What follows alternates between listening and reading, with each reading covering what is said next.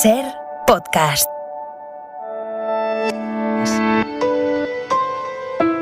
En la cadena SER, Hora 25, Pepa Bueno.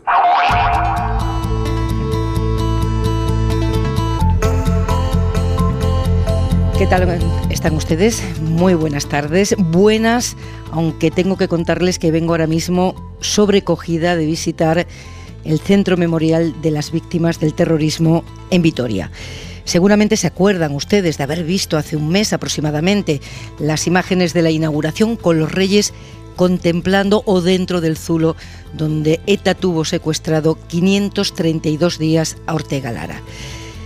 Estar dentro de la reproducción de ese zulo es la descripción más gráfica que existe del horror, se lo puedo asegurar porque acabo de estar ahí. Hoy hacemos Hora 25 en un edificio que fue Banco de España y que hoy atesora algo mucho más valioso que el dinero: la memoria del dolor, la reflexión sobre los cómo y los por qué y la voluntad de construir una memoria colectiva que no se olvide de nadie para poder mirar al futuro en paz. Les invito en unos minutos a recorrer este centro memorial con nosotros, a realizar ese mismo recorrido que yo acabo de hacer. Pero ahora toca asomarse al resto del mundo, a las noticias del día, con Esther Bazán. Muy buenas tardes, Esther. ¿Qué tal? Buenas tardes. Hay más de 20 millones y medio de personas en España con la pauta completa de la vacunación.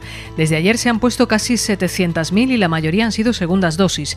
El último estudio conocido hoy nos dice que los vacunados con una sola dosis consiguieron neutralizar las variantes Delta y Beta, la sudafricana en un 10%. Ese porcentaje se elevó hasta el 95% entre los que se vacunaron con Pfizer o AstraZeneca si tenían la pauta completa. La incidencia acumulada en España sube hasta los 277 casos por 100.000 habitantes. Es una subida de más de 24 puntos respecto a ayer. Se han notificado 17.317 casos y han fallecido otras 28 personas. Hoy varios gobiernos regionales han tomado medidas para frenar los contagios. El último, el de Murcia, que acaba de anunciar que cierra el interior de los locales de ocio nocturno y reduce el aforo de las celebraciones en los municipios en los que la transmisión sea muy alta, informa Paqui Pérez. La mayoría de los contagios, dice el consejero de Salud de Murcia, tienen que ver con el ocio y con las celebraciones. Por eso justifica esta medida, que se empezará a aplicar a partir del sábado a las 0 horas. Suspensión de la actividad interior del ocio nocturno. Podrán estar en exterior, pero sentados en mesas con un máximo de 10 personas, como en la hostelería, y con sus mismas limitaciones. También se reduce el aforo en las celebraciones, que va desde la suspensión en los municipios que están en nivel de alerta 4, nivel máximo, hasta el límite del 75% del aforo del local y un máximo de 100 personas en el interior y 200 en el exterior, en municipios con nivel de alerta bajo, con nivel 1. El consejero Pedreño señala que los 4 brotes activos que hay en la región de Murcia dejan ya casi 250 positivos. La Ertzaintza ha detenido al presunto autor del apuñalamiento de una mujer, su cuñada, en la localidad navarra de Murchante. Lo hizo en presencia de los 2 niños de 6 y 10 años de esta mujer. Ampliamos desde San Sebastián, donde le han detenido, con José Manuel Navarro. En torno a las 7 de la tarde ha dado la Ertzaintza en San Sebastián con Pedro María Ruiz Jiménez, el presunto asesino de la gasteiztarra Pilar Perrio, una mujer de 43 años a la que este hombre, su cuñado, asesinaba ayer con un arma blanca en Murchante delante de sus 2 hijos de 6 y 10 años. Tras 33 horas de búsqueda y un amplio operativo policial, la Ertzaintza ha dado con él en una peluquería del barrio de Gros. El asesino se ha resistido a la policía durante la detención, pero afortunadamente ningún agente ha resultado herido. Ahora el arrestado va a ser entregado a la Policía Foral de Navarra. Llega bastante calor en las próximas horas. Un episodio de ascenso acusado que dice la Agencia Estatal de Meteorología tendrá el máximo de temperaturas el domingo, excepto en el tercio este peninsular y en Baleares, donde se alcanzará el lunes. Galicia y el litoral cantábrico quedarán al margen de esta situación. Este episodio de calor se va a prolongar hasta el martes. Donde seguro se estará fresquito es en los jardines del Palacio de Buckingham, que por primera vez van a abrir sus puertas. Lo hace mañana. Londres, Begoña Arce. Descrito como un oasis en el centro de Londres, el jardín del Palacio de Buckingham abre sus puertas al público por primera vez. Creado en 1608, su actual diseño con un gran lago central fue concebido en el siglo XIX. 39 acres con 325 especies de plantas salvajes, 1.000 árboles y más de 60 especies de aves. Hay también 5 colmenas que dan miel a los fogones reales. Un jardín privado en parte, pero también el lugar de numerosos eventos. Unos 24.000 invitados acuden cada verano a las recepciones al aire libre organizadas por la familia real. Ahora el público también puede disfrutar de este bellísimo lugar, previo abono, eso sí, de 19 euros.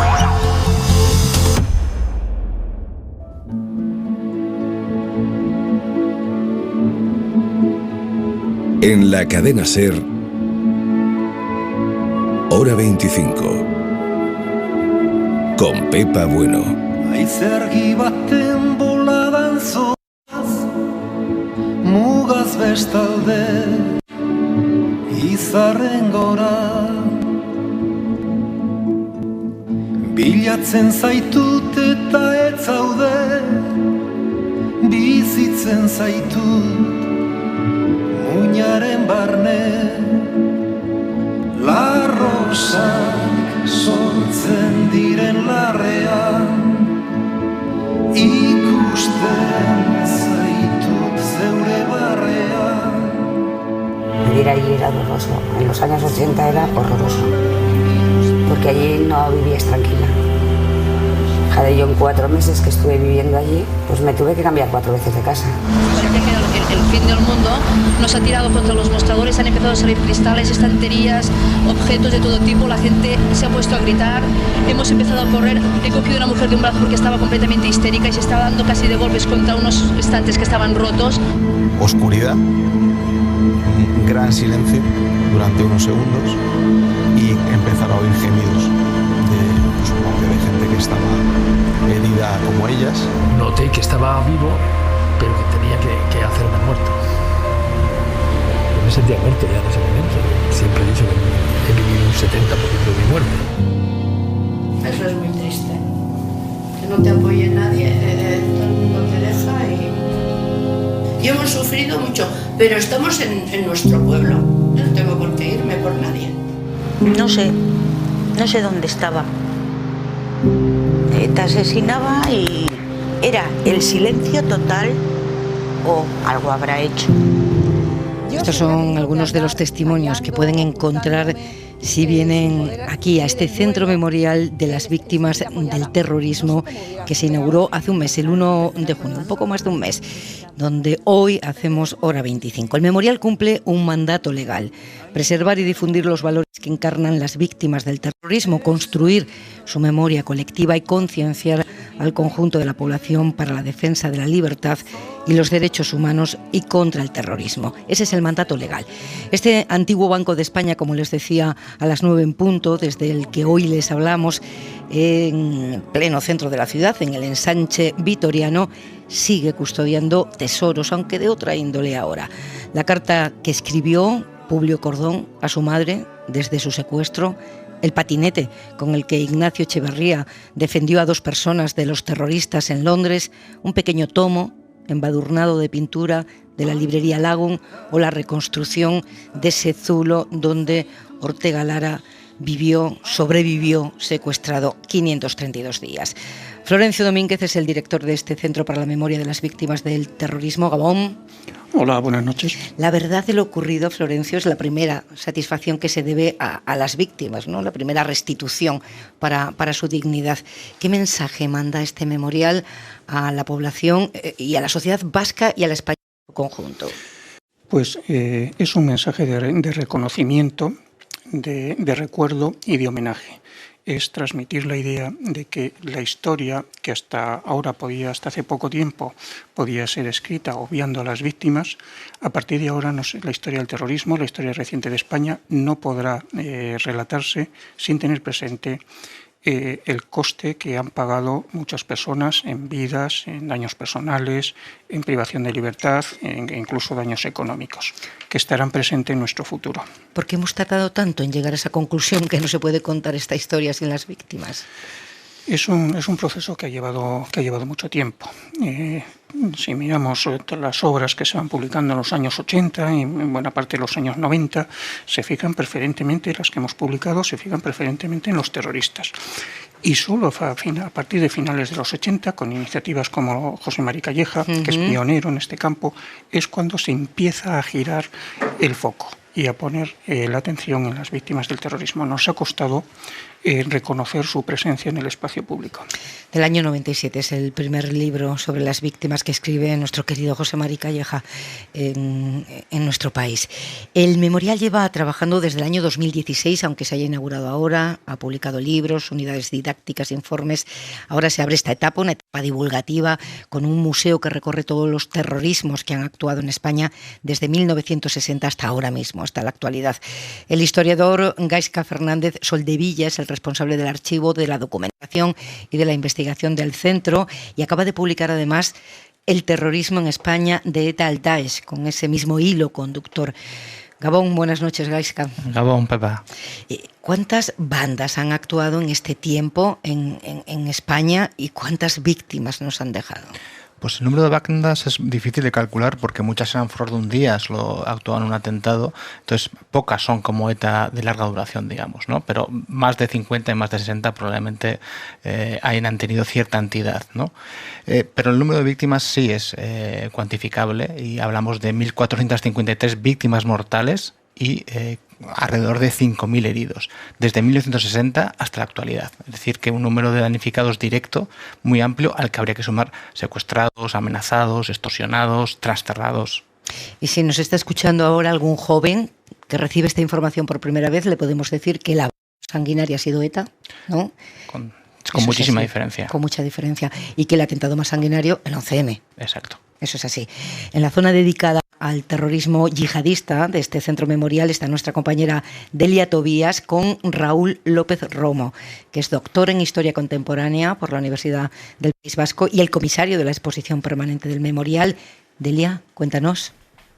Pues sí, Pepa, este es un espacio en el que concretamente podemos contemplar cuál ha sido la respuesta de la sociedad civil, en este caso, como decías, ante el terrorismo yihadista. Y frente a nosotros, Raúl, una vitrina en la que se recogen objetos, fotografías de los altares con los que la ciudadanía ha marcado esos lugares del horror, Madrid, 11M, Ramblas, Barcelona, y han reivindicado allí sus víctimas, velas, flores, peluches. Son gestos espontáneos, Raúl. Sí, exactamente, son gestos espontáneos, pero no casuales, ¿no? Porque en el fondo se han ido repitiendo no solamente en Madrid o en Barcelona, que son los dos ejemplos que con toda la intención hemos colocado juntos, ¿no? Independientemente del lugar, pues un mismo sufrimiento, un mismo terrorismo, sino también en París, en Niza, en Marsella, en Bruselas, en Berlín.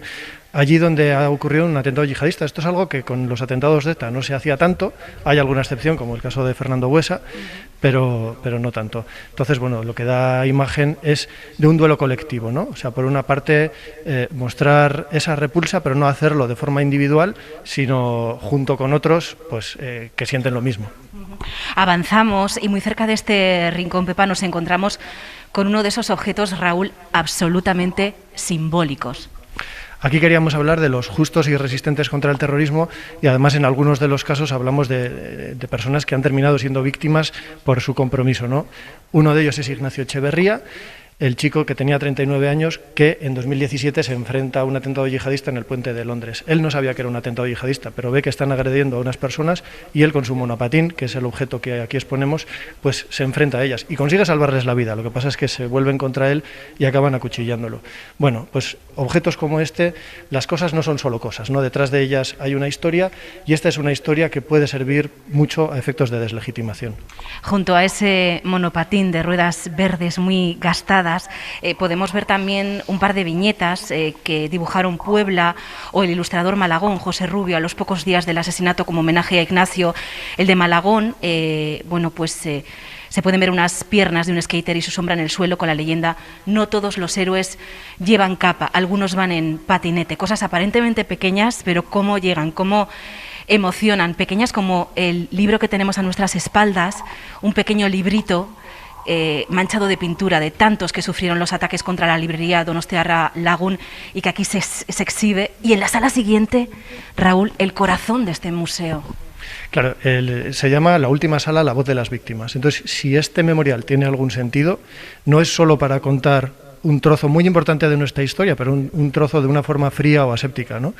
Es para hacerlo de la mano de las víctimas, para poner en valor su testimonio y para transmitir además que no empezamos nosotros hace poco, sino que ellas mismas desde hace muchos años, prácticamente desde el principio, han sido capaces de colocarse en el espacio público, ¿no? de dar voz tanto en colegios como en los medios de comunicación, como en documentales, y bueno, pues todo ese esfuerzo de recopilación de esas fuentes es el que hemos querido hacer aquí, hasta juntar pues más de 1000 testimonios en todos los formatos posibles. 1000 testimonios, Pepa, que hablan de lo que querían a ese familiar que le arrebataron, del peso del silencio impuesto o autoimpuesto, o del deseo de que las nuevas generaciones no pasen por lo mismo. Raúl, buenas tardes. Buenas tardes, Pepa, ¿qué tal? Me paso esta hora de 9 a 9:30, de las buenas tardes a las buenas noches, porque pienso dónde se pone el sol en España y dónde se pone más tarde y más pronto. Buenas tardes, buenas noches. Muchos de los objetos que se exponen, que acabo de ver, yo confieso que os escucho con mucha emoción. Ya se nota que habéis trabajado mucho, que lo tenéis muy interiorizado, pero yo vengo todavía muy conmocionada de ese recorrido que nos estáis contando. Muchos de esos objetos que se exhiben aquí han sido donados por las fuerzas de seguridad, pero otros por las familias de las víctimas. Me imagino que no ha sido nada fácil esa tarea, ese trabajo, ¿no? No, y además es una generosidad que nosotros agradecemos infinitamente porque sabemos que no es sencillo, ¿no? Y además en la audioguía algunas de esas víctimas relacionadas con las piezas que aquí exponemos lo cuentan. Dice, bueno, podría tenerlo en mi casa porque es una cosa muy personal, el monopatín de Ignacio Echeverría, pero prefiero que esté aquí en un sitio público donde pueda servir para concienciar y bueno, pues lo dicho, no queda más que darles las gracias. Además de eso se trata, ¿no? Que la gente después de hacer la visita aquí salga informada, pero también salga conmovida, una especie de equilibrio entre esas dos patas. Sí, conocimiento y emoción es lo que provoca ese recorrido. Florencio, este es un centro memorial singular, ¿no? ¿Hay algo equivalente en Europa? No, hay un centro memorial en Oslo referido a un solo atentado, y en París están trabajando para crear un memorial que ese sí será parecido al nuestro, que tienen en previsión inaugurar en 2027, en marzo de 2027. Los que están poniendo en marcha el Centro Memorial de París han venido a Vitoria, han estado con nosotros, hemos tenido reuniones, tenemos intercambio de información y comunicación regular, y el de París va a ser, por su esquema, muy parecido al nuestro. Fuera de Europa sí que hay algún centro. Yo he estado, lo comentábamos antes de empezar, en el de Medellín, por ejemplo, que es un centro también muy impresionante sobre la violencia que ha vivido aquel país. ¿Visitasteis, Gaizka, algunos de estos que ya están en funcionamiento en el resto del mundo? Pues lo hizo mi compañero Raúl, precisamente. Estuvo en Europa, sobre todo, no fijándose tanto en memoriales sobre terrorismo, sino en memoriales sobre el Holocausto. Porque yo creo que fueron los primeros, ¿no? Los pioneros. Vale. Es decir, en memoriales acerca de la matanza de 6 millones de judíos y otras minorías como gitanos homosexuales por parte del régimen, que yo creo que inspiraron a Raúl, que ha sido el que ha diseñado la parte museística.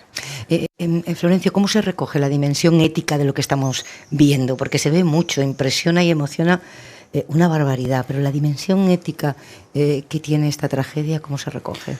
Pues teniendo presente las consecuencias del terrorismo, teniendo presente a las víctimas que han dado un ejemplo de comportamiento social, que han confiado siempre en el funcionamiento del Estado de Derecho a la hora de restituirle por el daño que habían sufrido, la ley que crea el Centro Memorial hace referencia precisamente a los valores que encarnan las víctimas del terrorismo, porque así como en otros territorios, en otros países, ha habido respuestas no institucionales a los grupos terroristas, en España no ha ocurrido así. Las víctimas han tenido un comportamiento ejemplar y por eso resultan inspiradoras.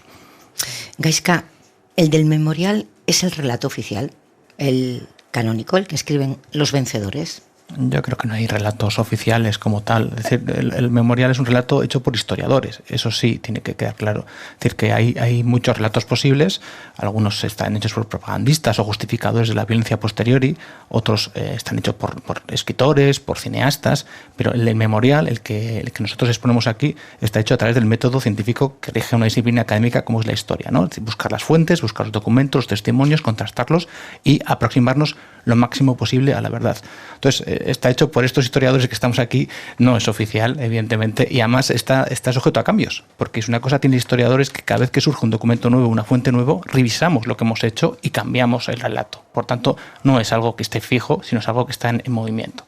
¿Y está madura la sociedad vasca para este ejercicio de memoria que propone este centro? ¿Es muy complicado gestionar la memoria en un lugar donde hace 10 años se asesinaba a personas? Hace 3 años hicimos el Centro Memorial puso en marcha una encuesta en colaboración con el Euskobarómetro de la Universidad del País Vasco y se preguntaba por estas cuestiones, por diversos aspectos de conocimiento del terrorismo, pero también por políticas de memoria. Y nos daba una sociedad vasca dividida casi al 50% entre los que decían que había que pasar página y aquellos que decían que no se podía pasar página sin tener un conocimiento de lo ocurrido y un reconocimiento de las víctimas del terrorismo. Eso era hace 3 años. Yo creo que la cantidad de gente que quiere saber ha ido a más. Y eso se pone de manifiesto, por ejemplo, en el éxito que han tenido algunas publicaciones, en el éxito que han tenido las producciones audiovisuales, en el éxito que tienen los programas específicos que hacen las emisoras, que hacéis en las emisoras de radio, o las informaciones que aparecen publicadas en los periódicos sobre historia del terrorismo y sobre las víctimas. Ha llegado el momento de que les invite a entrar en el zulo donde estuvo Ortega Lara, de donde he salido yo para venir a hacer el programa esta noche. Estuvo secuestrado ahí, hay que repetirlo una y otra vez, 532 días en un agujero bajo una fábrica en un polígono industrial. Aquí está reproducido ese zulo, claro, se puede entrar, creo que fue Julio Iglesias Zamora, otro secuestrado, el que les aconsejó, ¿no?, que hicieran esa reproducción y dio más datos, ¿no?, más pistas sobre cómo hacerlo. Delia, cuéntanos que estás ahí con Raúl. Pues mirad, la recreación de este zulo se puede ver en 2 momentos de la visita al museo. En el espacio dedicado a los secuestros terroristas hay una sala con un suelo de cristal que permite una visión cenital, ¿no?, una vista desde arriba. El suelo queda bajo los pies del visitante y en este otro punto del museo, Raúl, la experiencia es absolutamente inmersiva. Aquí la experiencia es diferente y no tiene nada que ver, vamos. Entonces, es verdad que Julio Iglesias Zamora nos insistió que se pudiese entrar dentro. Y entonces le hemos procurado hacer caso, aunque hay una cosa que ha sido imposible reproducir y es la sensación de absoluta humedad y luego, por supuesto, la incertidumbre que él pudo tener de saldré o no saldré de aquí, ¿no? Aún así, yo creo que esto sí que ayuda a tomar conciencia de la barbarie, de cómo un ser humano le puede hacer tanto daño a otro de tenerle 1 año y medio metido en este agujero. Lo decías, Pepa, estabas todavía conmovida cuando has comenzado el programa después de estar aquí. Bueno, al zulo se accede a través de un pasillo que tiene un suelo muy especial y que permite ir situándonos poco a poco al lugar al que vamos a acceder. Sí, es el suelo de obra. Hemos querido dejarlo así a propósito para ir musealizando el acceso, acompañado de una serie de paneles con fotografías a tamaño grande que van ilustrando desde fuera hacia adentro la evolución, ¿no? Desde la nave industrial de Mondragón, en la cual estaba alquilada pues la planta en la que los secuestradores tenían a Ortega Lara, y después pues ya la cocina que tenían dentro de esa nave, que es donde le preparaban las comidas, las 3 al día que le daban, y después es la planta de la nave donde se ve el agujero que estaba escondido debajo de un torno revólver, de una máquina, muy bien escondido, porque la comitiva judicial, con Garzón a la cabeza, los guardias civiles, se tiran allí 2 horas buscándole, son incapaces de encontrar dónde puede estar ese zulo. Uribe Etxeberria Bolinaga, el etarra que les acompañaba como testigo, no daba ninguna pista para localizarle, y al final a uno de los guardias se le ocurre que debajo de ese torno revólver puede haber... Podría estar, ¿no? Y aquí nos encontramos con ese... Hemos perdido la conexión con Delia y con Raúl, que están ahí abajo en ese espacio muy cerrado que reproduce el zulo donde estuvo Ortega Lara. ¿Cómo evitar ¿Cómo evitar, Gaizka, que este centro sea un museo que habla del pasado, que venga quien tenga interés en saber cómo fue la historia del terrorismo y las víctimas, y convertirlo en algo que se transforme en energía para el futuro? ¿Eso cómo se evita? Pues, por ejemplo, trayendo a los jóvenes, ¿no? Que son el futuro precisamente que tenemos, porque los convencidos quizás ya sea difícil desradicalizarlo, pero los jóvenes desde luego sí quieren saber más. Series, como ha dicho Florencio, pues como La Línea Invisible o como Patria han demostrado que un público joven tiene interés por estos temas, y aquí cuando vienen y están viendo ya, y cuando vamos a hacer a partir de septiembre, pues meter a colegios, institutos, de esa manera, haciendo actividades con ellos, viendo películas, transformando en una parte significativa de su aprendizaje, podemos asegurarnos la no repetición, porque al final el memorial no solo es transmisión de conocimiento, sino también es prevenir que en el futuro vuelva a haber terrorismo. Florencio, ¿qué preguntas debe hacerse uno cuando termina este recorrido, cuando se va del centro? Pues el centro tiene una doble dimensión, una racional de información del pasado, de con mejor conocimiento, y otra de emociones, de transmitir también emociones. Entonces, una de las preguntas que nos hemos planteado, que debe ser, a la que el visitante debe buscar respuesta, es la de ¿qué hacía yo cuando pasaban estas cosas? Es decir, que la gente reflexione sobre lo ocurrido, los mayores, y que los jóvenes se planteen la falta de sentido de recurrir a la violencia terrorista para conseguir objetivos políticos. Que les quede claro que a través de la vulneración de derechos humanos básicos no se puede imponer ningún proyecto político. Esa pregunta me la he hecho yo mucho en los 2 últimos años, ¿no? ¿Dónde mirábamos periodistas que buscábamos historias en el otro punto del planeta y teníamos aquí tantas historias por contar y que hay todavía por contarnos? Tenemos que ir un ratito, que llega ahora 25 de los negocios, tenemos por delante una noche de reflexión y de testimonios en primera persona quienes han padecido el terrorismo. Gaizka, muchas gracias. Gracias a ti por venir. A Raúl y a Delia, que creo que los he recuperado, para decirles adiós. Gracias a los dos. Pepa. Un adiós, abrazo. buenas noches. Florencio Domínguez, quédate conmigo. Suscríbete a Hora 25. Todos los episodios y contenidos adicionales en la app de Cadena SER y en nuestros canales de Apple Podcast, Spotify, iVoox, Google Podcast y YouTube. Escúchanos en directo en la SER de lunes a viernes a las 8 de la tarde.